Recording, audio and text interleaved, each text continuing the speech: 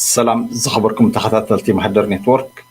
كما يكنيكم بار نلمعنت حيزلكم متسيزل لخد حستو دما بزعبا إرتراوانن أب أهجراو زينا زبل مدبيو زي زيناتات زي عبز حلفة حدا سومون زنبرة بزعبا إرتراوانن أب أهجراوي زيناتات عالم زنبريو كساب موداتا بحبار مسانا ختصنحو بخبرن دعدهم كي سناي مكتتار. Ethiopia and Eritrea, two neighbors in East Africa, are once again on the brink of war. زي دي دبليو استبهله قد خلته معلتي زينا اب زهابو انتاي زبل حبريتاي وچي زلو ኤርትራን ኢትዮጵያን እተን ጎረባብቲ ሃገራት ዝኾና ንኹናት ኣብ መወዳእታ ደረጃ ናይ ኩናት ምድላዋት በጽሐን ይርከባለዋ ዝብለና ዘሎ Addis Ababa has accused Eritrea of teaming up with a banned rebel group, the Tigray People's Liberation Front or እንታ ክብለና ጸንሒው ኢትዮጵያ ወይ ካኒ መንግስቲ ኢትዮጵያ ንኤርትራ ኩናት ክትውጀለይ ተሐስባላ ወይ ኩናት ክትገብረለይ ተሐስባላ ብምትሕብባር ምስ ባንድ ዝኾኑ ወይ ካኒ ዝተገለሉ ጉጅለ ናይ ኢትዮጵያ ሕወሓት ማለት እዮም ምስኣቶም ኮይኑ ኩናት ክውጀለይ ወይ ካኒ ኩናት ክጅምረለይ ደልዩ ኢላ ተኸስሳላ ይዝብለና ዘሎ TPLF to prepare for a new offensive. In a letter to the UN, Ethiopia's foreign minister said the collusion between Eritrea and the TPLF is now clear, claiming እንታይ ዝብል ዘሎ ደብዳቤ ጽሒፉ ናብ UN ከም ዝሃቦ ወፃኢ ጉዳያት ናይ ኢትዮጵያ አቶ መን ይዝባል ናይ ኢትዮጵያ ጊዶውን ማለት እዮም አቶ ጊዶውን ናብ UN ናብ ከም ዝሃቦ ደብዳቤ እንታይ ዝብል ዘሎ ኤርትራ ምስ ሕወሓት ወይ ካኒ ትግራይ ሊበሬሽን ፍሮንት ዝበሃሉ ምስ ሕወሓት ማለት እዮም ብሓደ ኮይኖም ኩናት ንምእዋጅ ይዳለውሎ ክብል ናብ ውድብ ሕብራት ሃገራት ከም ዝኸሰሰ ተፈሊጡ ኢሉ ዝነግረና ዘሎ ፍቲ ዜና ማለት they're funding and directing armed groups in Ethiopia's Amhara region where okay ኤርትራ ብተወሳኺ ግሩፕ ዝኾኑ ናይ ሚሊታሪ ግሩፕ ዝኾኑ ማለት ወታደራዊ ግሩፕ ከም በዓል ፋኖ ወይ ካልኦት ማለት እዮም ዝኾኑ ኣብ አዲስ አበባ መጥቃዕቲ ክገብሩ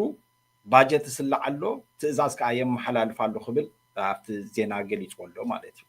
Fighting has been going on for years. Eritrea and the TPLF both issued a separate statement denying the claim. This ኤርትራን TPLF ዝብሎም ዘሎ ነቶም ትግራይ ሊበሬሽን ፍሮንት ወይ ከዓ ሕወሓት ንብሎም ብትግርኛ ማለት እዮም ነናቶም ጸብጻባት ኣቕሪቦም በቲ መንግስቲ ኢትዮጵያ ዝኸሰሶም ክሲ ኩናት ውጀለ ያሎ ናይ ዝብል ክሲ በበይኖም ጸብጻባት ሂቦም ግን ነቲ ክስቲ ነጽጎሞ ይብለና ኣሎ ማለት እዩ isn't new. The two countries have a long violent history between them. Eritrea fought for independence from Ethiopia and became a nation in 1993. Then, just 5 years later, a border war killed 10 ብሓፈሻ እንታይ ዝብል ዘሎ ድሕረ ባይታ ናይ ኤርትራን ኢትዮጵያን እዩ ዝነገረና ዘሎ ኤርትራን ኢትዮጵያን ኩናት ምኽፋተንሲ ሓድሽ ነገር ኣይኮነን ምክንያቱ 93 ዓመተ ምህረት ኤርትራ ናጽነታ ምስ ረኸበት ድሕሪ 5 ዓመት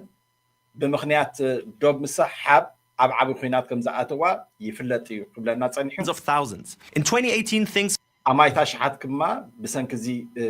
ዶባዊ ግጭት ኣብ መንጎ ኤርትራን ኢትዮጵያን ሓሊቆም finally seemed to turn around. Ethiopia's Prime Minister Abiy Ahmed and Eritrea's President Isaias Afwerki signed a peace deal. ኣብ መወዳእታ ግን ድሕሪ ዝኩሉ ህልቂት ኩናት ኣብ ኣሕመድ ኣብ ምምፅኡ ኣብቲ ናይ መጀመርታ ግዜ ስልጣኑ ምስ ኢሳያስ አፈወርቂ ናይ ውዕል ሰላም ኣካይዶም ክብለና ጸኒሑ ምክንያቱ ነቲ ዝነበረ ቀይሮ Abiy was even awarded the Nobel Peace Prize.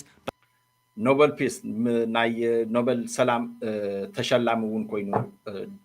That peace didn't last. When ሓቂ እዩ ምክንያቱ እቲ ኖበል ፒስ ዝተዋህቦ ወይ ከዓ ሽልማት ናይ ኖበል ናይ ሰላም ዝተዋህቦ ግን ነዊሕ ከይጸንሐ ናብ ካልኣይ ኩናት ኣትዩ Ethiopia fought rebels in Tigray between 2020 ነቶም ሬቤልስ ዝብሎም ዘሎ ምስ ትግራይ ኢትዮጵያ ከዓ ከም ብሓድሽ ምስ ክልል ትግራይ ናብ ኩናት ኣትያ ኣብ 2020 ክሳብ 2022 ዝነበረ ኩናት ማለት in 2022, Eritrea actually joined forces with Ethiopia's federal army against the TPLF. አንጻር TPLF ወይ አንጻር ሕወሓት ኤርትራ ከዓ ኩናት مس أب أحمد كوينات كم زجبرت كحبرنا. The war killed around 600,000 people. Yet after the peace, شدشتم إتشح زخونو سبات ما هليقو زخوينات إذا كوينات أمونغو كل التجراين عب مونغو فدرال منجست إثيوبيان زنبرة إلو كتصبصب الناس أنحو. Agreement that ended it, relations soured. Eritrea felt sidelined from the deal and حجنتاي تقندي نمتاي ليزم تصلو أمونغو أبي أحمدن منجست إيرتران زنبرة فحنتايو كبلنا تنحو أبغون أبي أحمد كوينهم أنصار كل التجراي أبزقبرو كوينات حجي بدحري زنبرة بقى سايدد كوينهم ويكان تقليلهم كاب زغونه وسانسي كاب تزنبرة وعلى سلام دي قال دي بمقلالهم حقوسات سلزي يكونوا اتي كوينات ويكانت وطري زمت زولو مالتي. accused Abiy's government of cutting it out while restoring ties with the TPLF. Now, a new flashpoint. Ethiopia's ambition to have access to the Red Sea. Since Eritrea's independence, landlocked Ethiopia has now no coastline. Abiy says his country needs access to the sea again and wants a deal for port rights. Eritrea sees that as a direct threat to its sovereignty. إذا مفحفح مونغو إيرتران إثيوبيان ويكانوا كينات كتكفت اللي دليات تبلو زلا إثيوبيا كم تايز بقص بلنا زلو إيرترا دحر ناتنتا واجا أب شنجات 1993 which is دحر الريفرندم بأواج إيرترا نات على الأويت هاجر أب زخونة تلوجيزي إثيوبيا بمرت زتخبت أفدق بحر زي بلا دحر مترافع أب أحمد أب سلطان دحر ممتو بزح جيزي أفدق بحر خمسة دلي دحر منقارو At the same time, Eritrea has been rebuilding its army and strengthening ties with Egypt, a country locked in dispute with Ethiopia over a massive Nile River dam that Cairo...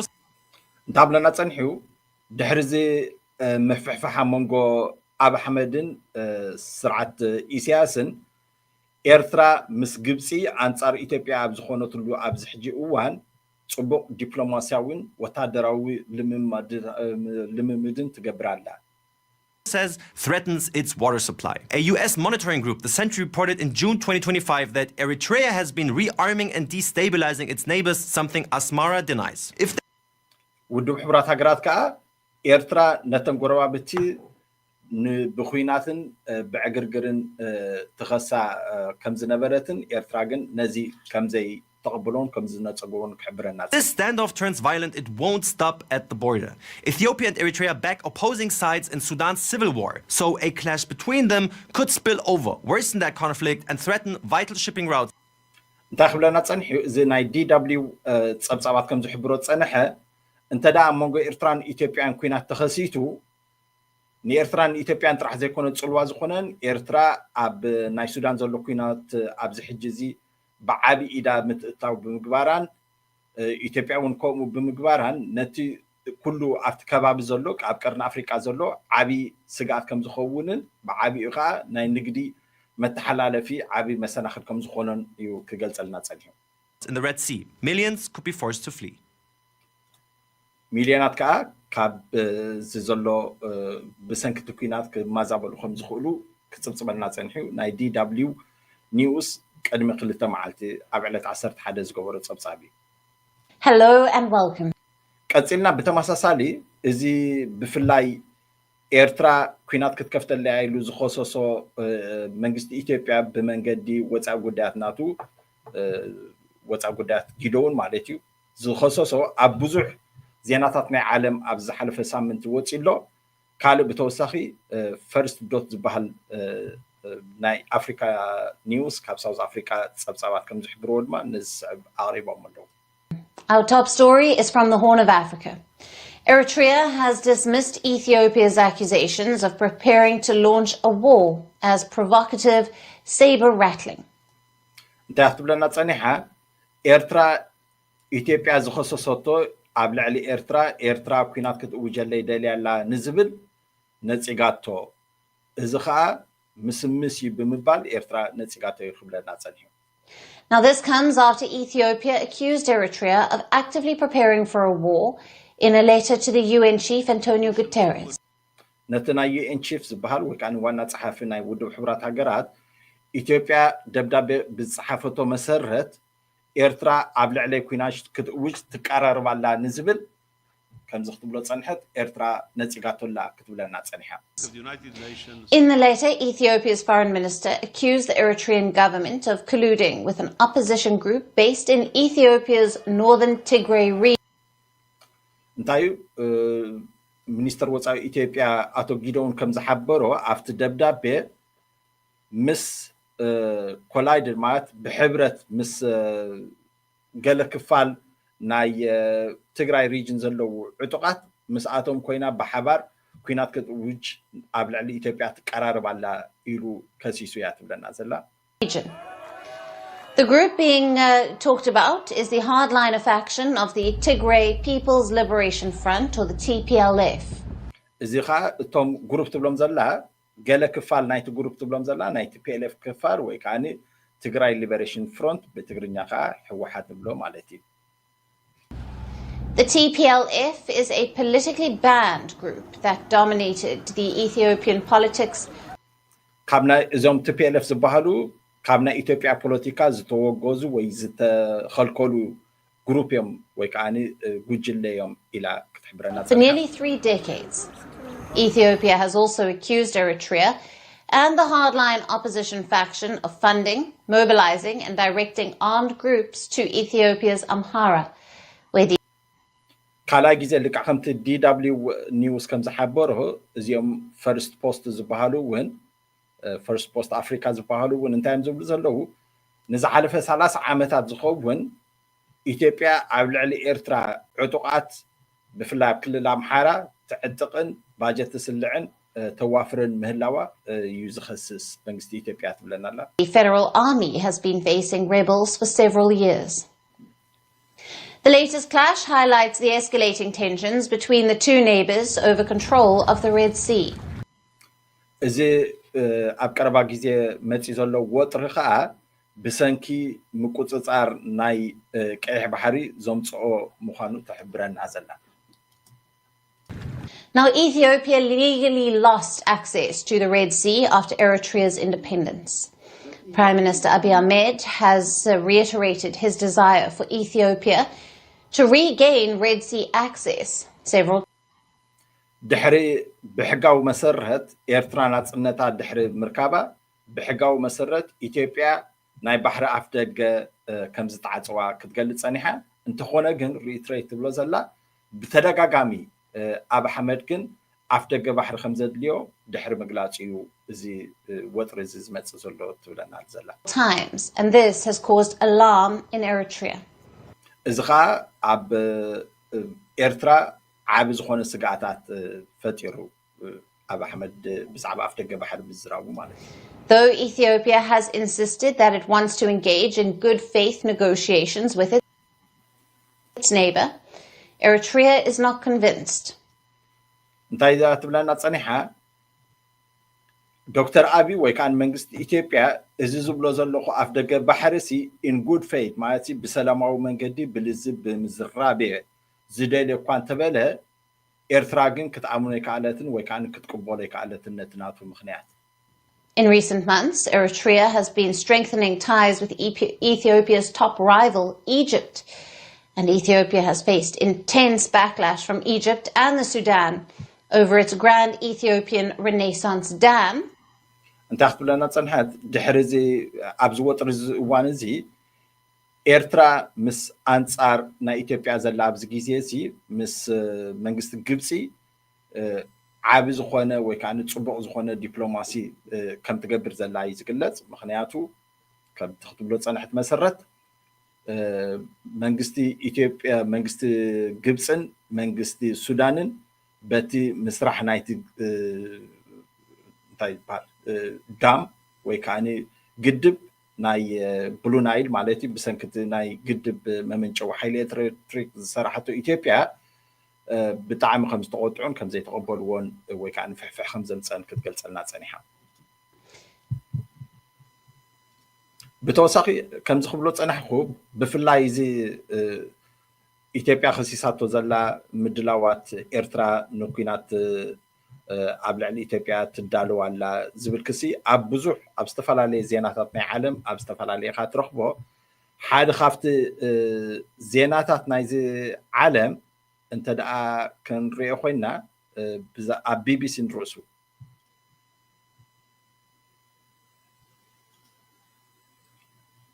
بي بي سي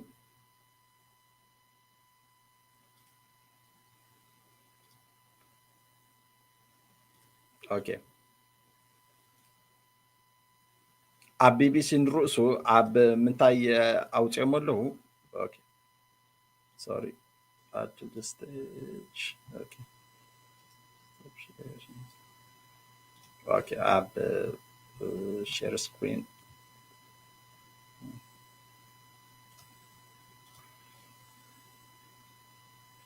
يا كم زرع زلنا نرؤسو كم زخبلكم صنحو كسي منجستي إثيوبيا على منجستي إرترا ناكوينات أواج زبل نابنت بي بي سي تشعة تكمتي كنت شحن عسران حمشان كم زوج إثيوبيا accuses Eritrea of preparing for a war as Red Sea tension rises. إثيوبيا على إرترا مدلاوات كوينات تجبر على بسنك ناي كيح بحري وطري يزبط زلو عبز خمس قلوتو عبز نريء زلنا خمس قلوتو Ethiopia has accused Eritrea of preparing to wage war against its coalition with an opposition group in the latest sign of escalating tension between the two neighbors over control of Red Sea. بسنك نايم كوصار كيح بحري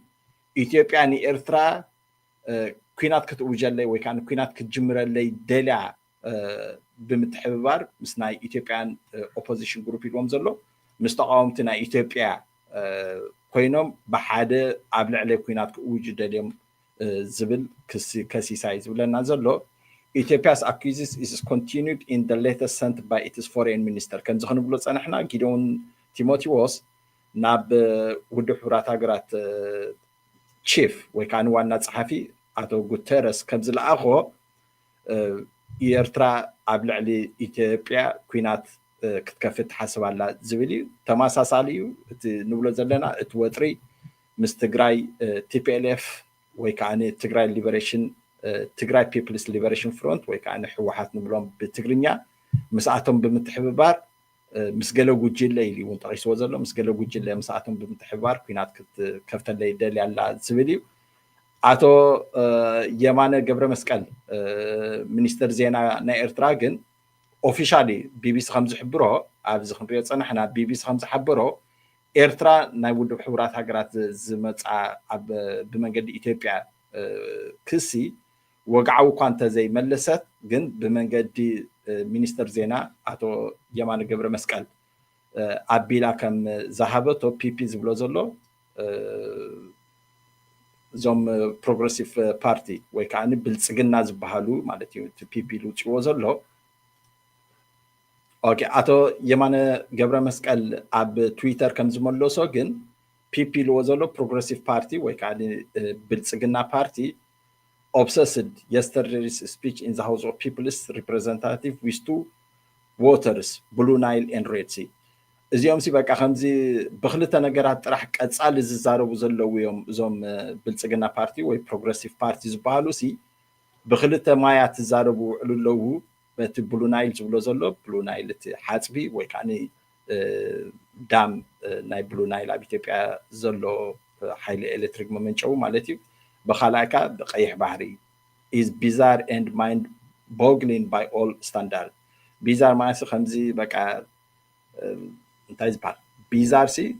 በቃ ዘይቅቡል ነገር ወይ ከዓ ዘይንቡር ነገር ኢሉ ንእምሮ ክትቅበሎ ዘይትኽእልን ኢሉ ብኦፊሻል ኣብቲ ትዊተር ናቱ መሊሱሎ ማለት እዩ ብተወሳኺ አልጀዚራ ንርእሳ ተመሳሳሊ ኢትዮጵያ claims Eritrea is ready to wage war against it ኢትዮጵያ ንኤርትራ ተኸሳላ ኣብ ልዕሊ ኩናት ክትእውጅ ዝብል ዘሎ ብመንገዲ ወፃኢ ጉዳያት ጊዶን ቲሞቴዎስ ማለት እዩ ብመንገዲ ናቱ ጌራ ከም ዝኸሰሰት ተመሳሳሊ ዝኾነ ዜና ሰሙን ኣቕሪቦም ኣለዉ ብሰንኪቲ ዝተገብረ ፍሕፍሕ ብፍላይ ግን ደጋጊሞም ዝፅውዕዋ ዘለዉ ብሰንኪ ኣብ ኣሕመድ ብተደጋጋሚ ብዛዕባ ኣፍደገ ባሕሪ ምዝራቡ ኤርትራ ክትኣምኖ ስለ ዘይከኣለት ንኩናት ትዳለዋ ኣላ ዝብል መልሲ እዮም ዝህቡ ዘለዉ ብተወሳኺ ብተደጋጋሚ ክልተ ነገር ዝፅሓፍ ኣሎ ብዛዕባ ቀይሕ ባሕሪ ዝብልን ኣብ ኣሕመድ ብዛዕባ ቀይሕ ባሕሪ ተደጋጋሚ ኣፍ ደገ ባሕሪ የድልየና ኣሎ ብምባሉን ምስ ቲፒኤልኤፍ ትግራይ ፒፕል ሊበሬሽን ፍሮንት ወይ ሕወሓት ንብሎም ዘለና ምስ ገለ ክፋል ናይ ሕወሓትን ኮይኖም ብሓባር ኩናት ክእውጁለይ ዝብል ብተደጋጋሚ ኣብ ብዙሕ ዜናታት ኣሎ ብተወሳኺ ኣብ ደ ሪፖርተር ዝበሃል መጋዜን እውን diffusing the mountain Etio-Eritrean tension ንብለና ኣሎ ብዛዕባ escalating tension between እዚኣታ ደ ሪፖርተር ክብለኩም ፀናሕኮ ኣብ ሪፖርተር እውን the same ከምኡ ተመሳሳሊ ዜና ምፅኦም ኣለዉ ስለዚ ተደጋጋሚ ሓደ ዓይነት ስለ ዝኾነ ተንዘዳጋግማ ዘለዋ ቃላት ኣብ ኣሕመድ ኣፍ ደገ ባሕሪ ምድላዩ ደልየ ምባሉ ብተደጋጋምን ምስ ሕወሓት ገለ ክፋል ናይ ሕወሓትን ኣብዚ ክንሪኦም ዘለና ገለ ክፋል ናይ ሕወሓትን ኮይኖም ብሓባር ኤርትራን ገለ ክፋል ናይ ሕወሓት ኮይኖም ኣብ ልዕሊ ኩናት ክእውጁ ዝብል ደብዳቤ ብወግዒ ናብ ውድብ ሕቡራት ሃገራት ስለዚ ዝፀሓፈ ሚኒስትሪ ወፃኢ ጉዳያት ናይ ኢትዮጵያ እዩ እዚ ኩሉ ንሪኦ ዘለና ማለት እዩ ኣብ ብዙሕ ኣሎ ደ ብሬክፋስት ሰንትራል ዝበሃል ናይ ሬድዮ ፕሮግራም እዩ እዚ እውን ኤርትራ ነፂጋቶ ኢትዮጵያን ዋር ክሌም ዝብለና ዘሎ ኤርትራስ ነፂጋቶ ኢትዮጵያ ኣብ ልዕሊ ኩናት ክትእውጅ ደልያ ኣላ ንዝበለቶ እዩ ዝብለና ዘሎ ተደጋጋሚ ሓደ ዓይነት እዩ እሱ እውን ካልእ እንታይ ኣሎ ቁሩብ ካብቲ ዝፀንሐ ሕጂ ቁሩብ ፍልይ ዝበለ እንታይ ብለና ኣሎ ቲፒኤልኤፍ accuses Ethiopia of breaking peace deal denies war plot with Eritrea ሕጂ ቲፒኤልኤፍ ከዓ ኣብ ልዕሊ መንግስቲ ኢትዮጵያ እቲ ናይ ውዕል ሰላም ትጥሕሶላ ወይ ከዓኒ ትሰብሮላ ንዝብል ክሲ ኣቕሪቡሎ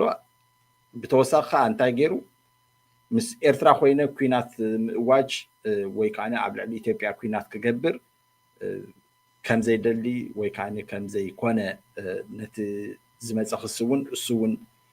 ነፂግዎ ኣሎ ማለት እዩ ስለዚ ትግራይ ሊበሬሽን ፍሮንት have rejected what they called unfounded allegation from the Ethiopian government that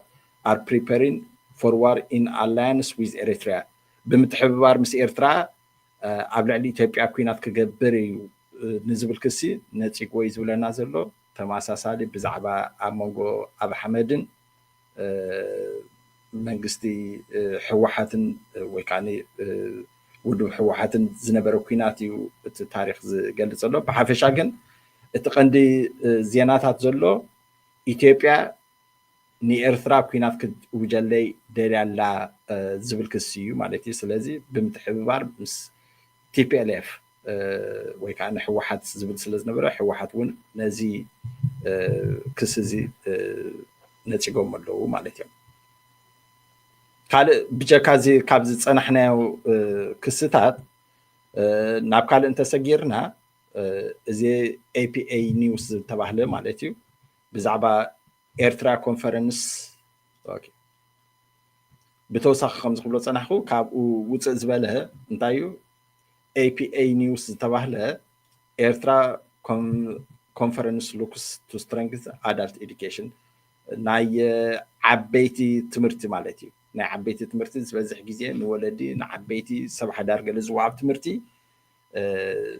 ዝተገብረ ኮንፈረንስ ወይ ከዓ ጉባኤ እዩ ዝነግረና ዘሎ ኤርትራ ኤዱኬሽን ሚኒስትሪ ኢን ኮላቦሬሽን ዊዝ ፓርትነርስ ሄልድ ኤ ኮንፈረንስ earlier this month in Asmara. ኣብ ኣስመራ ጉባኤ አካይዶም ነይሮም focusing on the expansion of the adult education program across the country. እቲ ንዓበይቲ ዝወሃብ ትምህርቲ ኣብ ኩሉ ሃገር ከስፋሕፍሕ ዝብል ኣብ ኣስመራ ከም ዝተዘራረቡ እዩ ዝገልጽ ዘሎ ሚኒስተር ጴጥሮስ ሃይለማርያም ወኪል ሚኒስትሪ ትምህርቲ ናይ ኤርትራ ማለት እዩ ንሱ ዝመርሖ ኣኼባ ከም ዝገበሩን እቲ ንዓበይቲ ዝወሃብ ወይ ወለዲ ዝወሃብ ትምህርቲ ብቐጻሊ ክሰርሕሉ ምዃኖም እዮም ዝገልጹ ዘለዉ ካልእ ሚኒስተር ገብረዝጊ ዳም ዳይሬክተር ኦፍ ጀነራል ኦፍ አዳልት ኤዱኬሽን ናይ ዓበይቲ ናይ ምምሃር ሓላፊ ማለት እዩ and media at the Ministry of Education said that efforts will be expected to expand education across ትምህርቲ ንምዕባይ ኣብ ኩሉ ክሰርሕ ኢና ትሬኒንግ እውን ክንህብ ኢና ወይ ከዓ ልምምድ ክንህብ ኢና ኣብ ኩሉ እቲ ሃገር እዩ ዝብል ብሓፈሻ እዚ ዜና እዚ ንሪኦ ዘለና ብዛዕባ ምጥፋእ መሃይምነት ንዓበይቲ ዝብል እዩ ማለት እዩ ስለዚ ብወገን ትምህርቲ ኣብቲ ዝዓበየ ነቶም ስሩዕ ትምህርቲ እኳ ድሕር ተበሉ ኣብ ምጥፋእ መሃይምነት ኤርትራ ተርእዮ ብዙሕ ግዜ ዝነኣድ እዩ ማለት እዩ ካልእ እንታይ ዜና ብዛዕባ ናይ ኤርትራ ዝወፀ ሱዳን ኤርትራ እዚ ዲኤንኢ ኣፍሪካ ዝተባሃለ ማለት እዩ ብዕለት ክንደይ ዘውፅኦ እዩ ኣብ ዝሓለፈ ሰሙን ዕለት 11 ጥቅምቲ 2025 ዘውፅኦ እንታይ ዝብል ሱዳን ኤርትራ ኮርፖሬሽን are Khartoum and Asmara boosting security and economic ties. ኣብ ፀጥታውን ቁጠባውን ዝምድና ዝምልከት ወይ ከዓ ንምምዕባል ተዘራሪቦም እዩ ዝብለና ዘሎ እዚ ዲኤንኢ ኣፍሪካ ዝተባሃለ ማለት እዩ ብዛዕባ ኣብ መንጎ ሱዳንን ኤርትራን ዝግበር ናይ ፀጥታን ናይ ቁጠባን ምሕያል ተዘራሪቦም እዩ ዝብል ዘሎ Bahafisha, Sudan and Eritrea have agreed to significantly enhance cooperation across security. كتحاببرا ab ጸጥታ كتحاببرا ውዕል ተፈራሪመን እዮም ዝብል ዘሎ ኢንተሊጀንስ እንታይ security intelligence ከዓ ኣብ ጸጥታዊ ክንብሎ ንኽእል ኢና and economics sectors ኣብ ጽላታት ወይ ጽፍሕታት ናይ ቁጠባ ከዓ ተፈራሪመን this development follows a 2-day visit to Asmara by Sudan Prime Minister Kamil Idris. Kamil Idris ንኽልተ መዓልቲ ኣብ ኣስመራ ኣብ ዝገበሮ ዑደት እዩ እዚ ናይ ቁጠባን ጸጥታውን ምትሕብባር ዝተፈራረማሉ ግዜ who announced the agreement upon his return on Friday. ኣብ ዝተመለሰሉ ግዜ ንሱዳን ኣብ ዝተመለሰሉ ግዜ እቲ ፕራይም ሚኒስተር ናይ ሱዳን ማሊክ ኢድሪስ The visit is being held as historic and fruitful, laying the groundwork for deepened bilateral relations during a critical period of Khartoum. እዚ ሲ ናይ ብሓቂ ታሪኻውን ፍረ ዝህብን ኣኼባ ወይ ከዓ ጉባኤ ምብፃሕን ከም ዝነበረ እቲ ፕራይም ሚኒስተር ናይ ሱዳን ሓቢሩሉ ብሓፈሻ እቲ ፖለቲካል ኮሚቴ ኢኮኖሚክ ቦዲ ገለ ዝብል ዋት ዋዝ ዳ ኣጀንዳ ዝነበረ ኣጀንዳ ናይቲ ምብፃሕ ናይ ሱዳን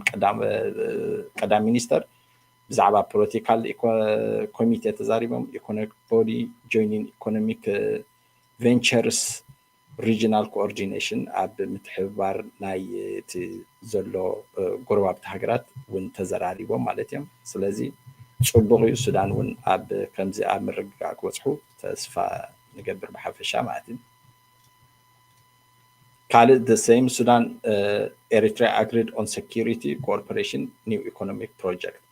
እዚ ውን ከምኡ ዝብል ዘሎ ኣብ ዝተመለሰሉ ግዜ ዝተዛረበ እዩ ካሚል ኢድሪስ ማለት እዩ ስለዚ ካብ ኤርትራ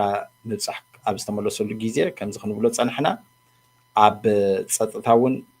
ቁጠባውን ጽላታት ከም ዝተፈራረሙን ከም ዝተሓባበሩን እዩ ኣብ መምላሱ ንጋዜጠኛታት ኣብ ዝሃቦ ጸብጻብ ዝገልጽ ዘሎ ማለት እዩ ስለዚህ እዚ ክንሪኦ ፀንሕና ካልእ ሱዳን ትሪቡን ዝተባሃለ መጽሔት እዚ እውን ኣብ ጥቅምቲ 10 2025 ኣብ ዘውፅኦ መግለፂ ዝተዛረቦ ተመሳሳሊ ዝኾነ ከምዚ ክንብሎ ፀንሕና ምስ ተቐዲሙ ፀንሐ ዜና እዚ ማለት እዩ ሓደ ዓይነት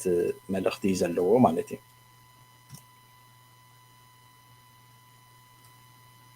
ኦኬ ካልእ ተወሳኺ ብዛዕባ ናይ ኤርትራ ኣብ ምፅራይ ዋንጫ ዓለም 2025 ምፅራይ ኣፍሪቃ ሃገራት ናብ ዋንጫ ዓለም 2026 ዝብል ዜና እውን ኣብ ብዙሕ ኣብ ዝሓለፈ ሰሙን ኣብ ዜናታት ዓለም ተዘርጊሑ ይርከብ ማለት እዩ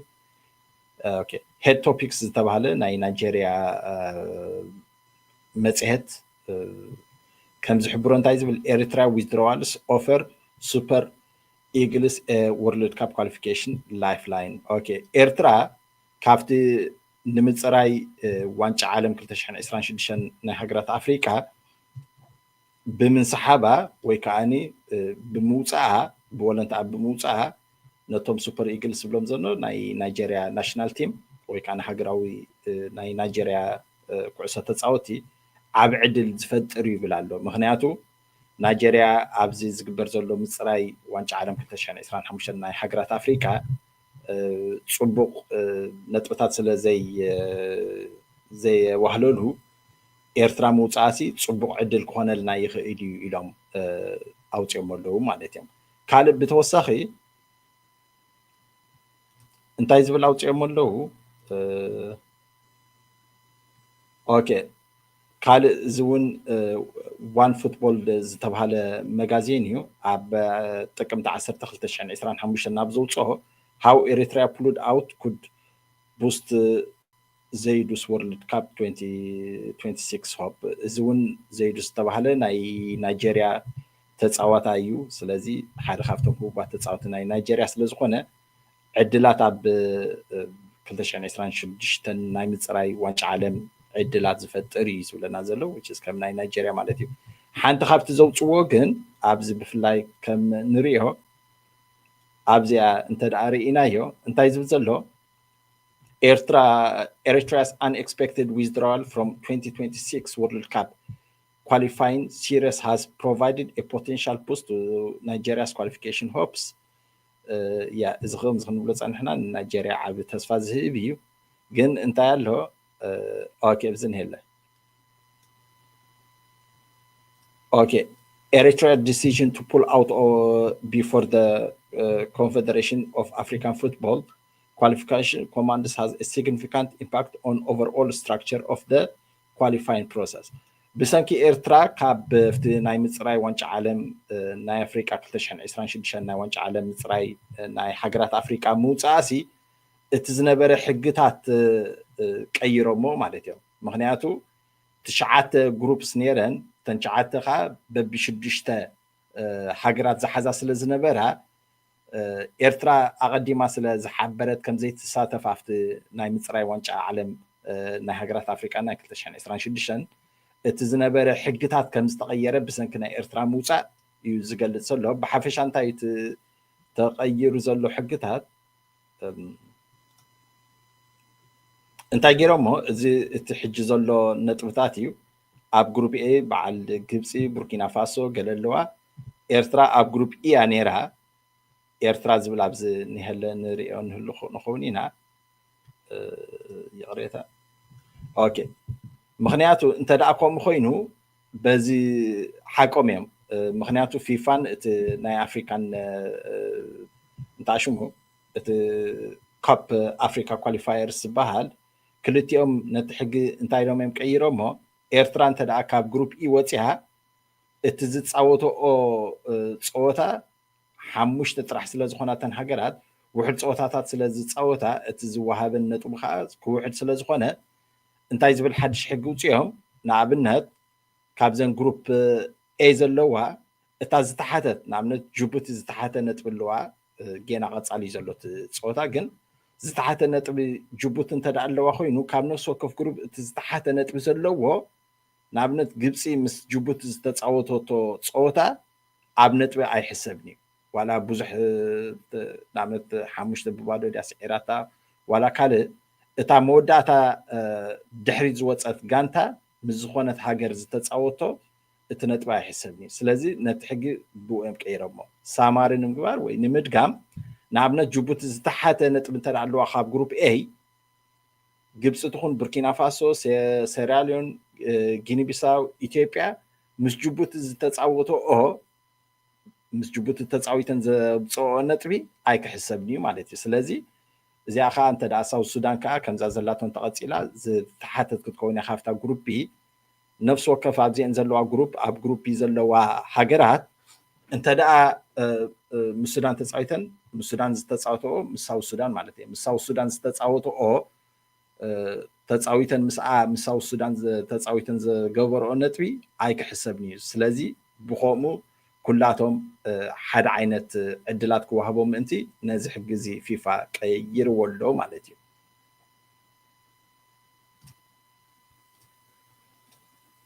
ካልእ ብተወሳኺ እንታይ ዝብል ዜና ምፅኦም ኣሎ ብዛዕባ ናይ አልጀዚራ እዩ UK court clears the way for deportation of Eritrean asylum seeker እዚኣ እታ ብፍላይ ኣብቶም ኣብ ኢንግላንድ ንቕመጥ እቲ ሓደ ካብቲ ዝዓበየ ዜና ዝነበረ ድሕሪ ኢንግላንድ ወይ ከዓ UK ምስ ፈረንሳይ ውዕል ምፍራመን እንታይ ዝብል ውዕል ዋን ኢን ዋን ኣውት ዝብልዎ ሓደ ሰብ እንተ ደኣ ኣትዩ ብባሕሪ ሓደ ከዓ ንመልስ ስለዚ ክንድቲ ዝኣተውዎ ክንመልሶም ኢና ክንድኦም ከዓ ብሕጋዊ መንገዲ ካብ ፈረንሳይ ከነምፅእ ኢና ዝብል ውዕል ዓዲ እንግሊዝ ምስ ፈረንሳይ ድሕሪ ምእታዎም ቀዳማይ ሓደ ብወለንቱ ተመሊሱ ነይሩ መበል ካልኣይ ግን ንሓደ ኤርትራዊ ክመልስዎ ሓሲቦም ነይሮም መበል ካልኣይ ሰብ ክሳብ ሕጂ ባይ ዘ ወይ 26 ሰባት ጥራሕዮም ተመሊሶም ዘለዉ ክሳብ ዝሓለፈ ክልተ መዓልቲ 26 ሰባት ጥራሕዮም ብዘይ ሕጋዊ ብመንገዲ መትረብ ፈረንሳን ኢንግላንድን ዝኣተው 26 ጥራሕዮም ተመሊሶም ዘለዉ ግን እዚ ኤርትራዊ ወዲ 25 ዓመት ኣብ ታሕቲ ገሊፅዎ ከም ዘሎ መበል ካልኣይ ክመልስዎ ሓሲቦም ነይሮም እንተኾነ ግን እቲ ላዕለዋይ ቤት ፍርዲ ጉዳዩ ክረአይ ኣለዎ ተጨወየ ነይረ ብሊብያ ኢሉ ኣብ ኤርትራ ፀገማት ኣለኒ ብምባሉ ፀኒሑ ነይሩ ሕጂ ግን እቲ ላዕለዋይ ቤት ፍርዲ መንገዲ ፀሪጉሎ ንክምለስ ወይ ከዓ እቲ ናቱ ጉዳይ ኣይተቐበሎን ዘሎ እዩ ዝብለና ዘሎ ስለዚ እንታይ ኢልና ኖ an Eritrean man who has been fighting to stay in the United Kingdom is said to be deported to France after losing a high court bid to have his removal temporarily blocked. እቲ ንግዚያዊ እቲ ናይ ምምላስ መስርሑ ሲ ንግዚያዊ ጠጠው ክብል ድሕሪ ምሕታቱ ላዕለዋይ ቤት ፍርዲ ነቲ ኤርትራዊ ናብ ፈረንሳይ ክምለስ ምዃኑ እቲ ላዕለዋይ ቤት ፍርዲ ኣዚዙ ወይ ከዓኒ ፈሪዱሎ ማለት እዩ ስለዚ እዚ ንምንታይ ለመይ ማምፅሞ ዘለዉ እቲ ዝዓበየ መሰናኽል ዝነበረ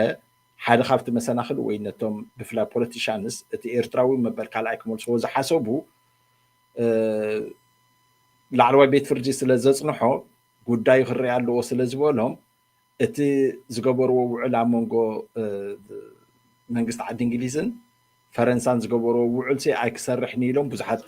ፖለቲከኛታት ዋላ ብዙሓት ሰባት ይወቕስዎ ድሕሪ ምንባሮም ሕጂ ግን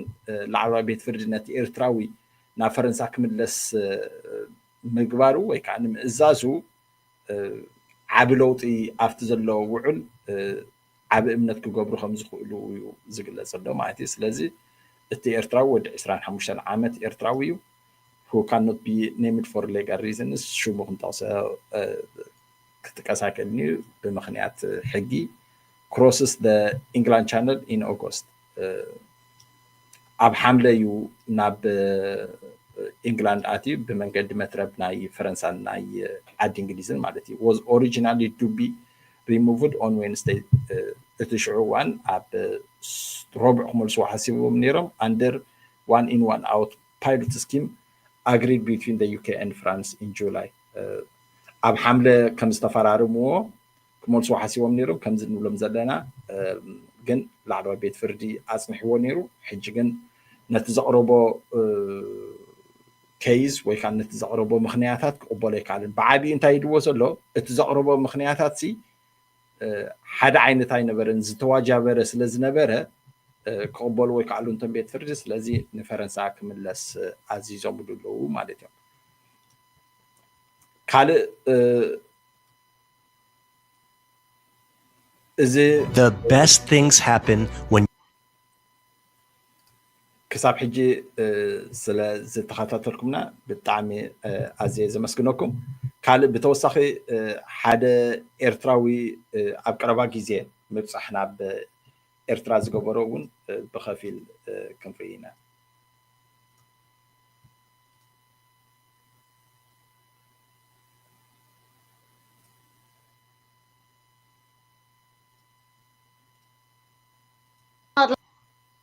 inducing drive.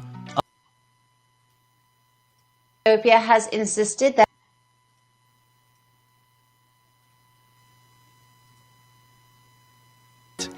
I arrived in Eritrea with no plans and ended up at the biggest religion. እንታይ እዚ ፌለስ ጋይድ ቱ ዘ ወርልድ ዝብል ኣብ ጥቅምቲ ሕጂ ዝሓለፈ ዕለት ክልተ ገለ ከባቢ ንኤርትራ ምብፃሕ ፈፂሙ ነይሩ እዚ ንሪኦ ዘለና ኣብ ባፅዕ እዩ ኣጋጣሚ ንባፅዕ ምስ ገሸ ዓብ በዓል ፀኒሕኒ ኢሉ ኣምፂዎ ነይሩ እሱ ከዓ ማርያም ኣስተርእዮ ንብሎ እዩ ማለት እዩ Religious celebration of the year showed me the wonders of their beautiful old town on the sea.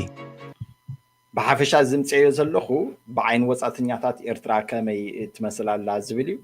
እቲ ኣቀባብላ ናይ ኤርትራውያን ብጣዕሚ ከም ዝሕጎሶ እቲ ዘሎ ቅርስታት ከዓ ብጣዕሚ ደስ ከም ዝበሎ እዩ ዝገልጽ ዘሎ This is Massawa. Leaving Asmara and its 1 million people behind, we are off on a beautiful but vertigo-inducing drive up and over the mountains. If you don't ኣስመራ ወፂና ጎቦታት ሰንጢቕና ናብ ባፅዕ ወይ ከዓ ናብ ማሳዋ ንኸይድ ኣለና እዩ ዝብል ዘሎ stop, Massawa is less than 2 hours from the capital. But that's no fun, is it? ጠጠው ከይበልካ እንተ ደኣ ተጓዒዝካስ 2 ሰዓት እዩ ካብ ኣስመራ ናብ ባፅዕ እዩ On the way, there are so many cool villages to explore. I love it because you never know what you're going to find. ኣብ መንገዲ ብዙሕ ፅቡቕ ነገራት ትርኢኻ ብጣዕሚ ፈትዮ ምክንያቱ እንታይ ከም ዘጋጥመካ which is ብፅቡቕ እዩ ትሪኦ ዘሎ እንታይ ከም ዘጋጥመካ ወይ እንታይ ከም ትርኢን ስለ ዘይትፈልጥ ደስ ዝብል ጉዕዞ ነይሩ ኢሉ Discovered that Eritreans love to combine popcorn and coffee, and it's no different in the village. ኣብ ኤርትራ ሲ ዕምበባ ኣሜሪካ ዲና ንብሎ ዕምበባ ኣሜሪካን ቡንን መኻይትዮም ዋላ ኣብ ኩሉ ገጠራት እዩ ዝብል ዘሎ Just got invited for coffee from a local family. Wow. ኣብቲ ከባቢ ዝነብሩ ስድራ ቡን ኢሎም ከም ዝዓደምዎ ከም ዝተሓጎሰን እዩ ዝገልጽ ዘሎ Good news, there's a big festival tomorrow. But there's bad news too. ፅቡቕ ዜና እዩ ወይ ፅቡቕ ኣጋጣሚ ፅባሕ በዓል ኣሎ እዩ ዝብለና ዘሎ እቲ ማርያም ኣስተርእዮ ናይ ባፅዕ እዩ ንምግላፅ እዩ እንተኾነ ግን ሕማቕ ኣጋጣሚ ከዓ ተፈጢሩ እዩ Rookie mistake. I didn't reserve a room in Massawa, and all the good rooms were taken. So this is what I got. No flush. Here's the sink. Oh yeah. But it gets better. Look at this. Oh my God. All the soap scum. Oh, and then look at the ceiling. What is going on there?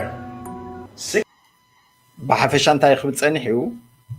ናተይ ጉድለት እዩ ኢሉ ክገልፆ ፀኒሑ ክሳብ መወዳእታ ኣብ ፅቡቕ ሆቴል ቡክ ኣይግበርኩን ወይ ከዓ ኣብ ፅቡቕ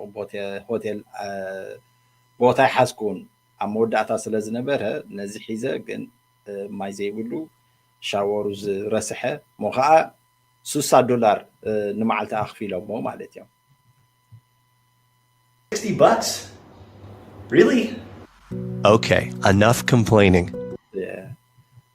ምምራር ኣኽለኒ 60 ፓውንድ ግን ብጣዕሚ ከቢሩ ኢሉ ዝገልጾ ዘሎ I am not here to spend time in my hotel. I'm here to see Massawa Old Town, a UNESCO World Heritage Site filled with a unique blend of ኣብ ዩኔስኮ ናይ ዓለም ቅርሲ ዝኣተወት ከተማ እያ ብጣዕሚ ደስ ዝብል እዩ ኢሉ ገሊፅዎ ኣሎ ከተማ ባፅዕ Ottoman, Egyptian, and Italian architecture, like the famous Hotel Torino. of Ottoman, Egyptian, Empire ኢልዎ ዘሎ ናይ ቱርኪ ናይ ግብጽ and Italian architecture, ናይ ኢታሊ ቅርጺ ዝሓዘ ከተማ እዩ ኢሉ ገሊጽዎ ኣሎ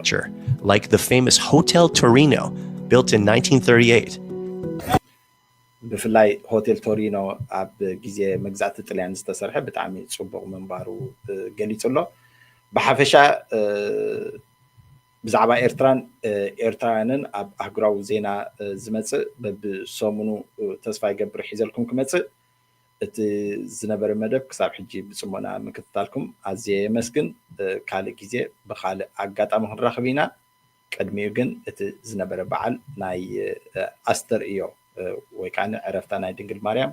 ብኸፊል ኣብ ባፅዕ ዝነበረ ክንርኢ ኢና ብዝተረፈ ሰናይ ግዜ ሰላም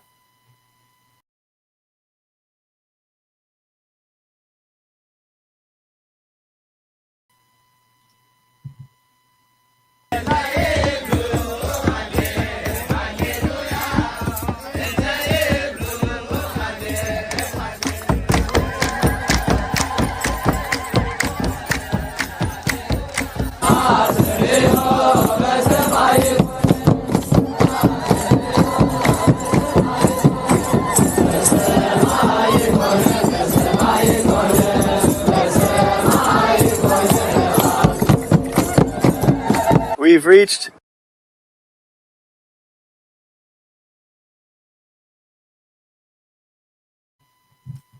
ደጊመ ክሳብ ሕጂ ብጽሞና ምሳይ ብምጽናሕኩም ኣዝየ ዘመስግነኩም ካልእ ግዜ ብኻልእ መደብ ክንራኸብ ኢና ስለ ዝነበረና ግዜ ብጣዕሚ ዘመስግነኩም thank you very much ሰላም ወሰናይ thank you